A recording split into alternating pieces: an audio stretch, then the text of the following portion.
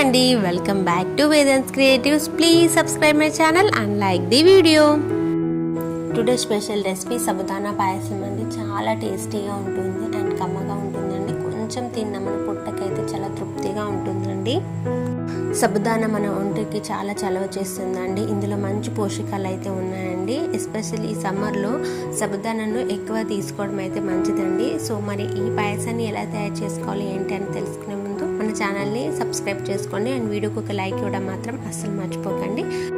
సబుదానాలో మంచి vitamins and minerals, proteins and iron content వంటి మంచి పోషకాలను అయితే మనకు అందిస్తుందండి.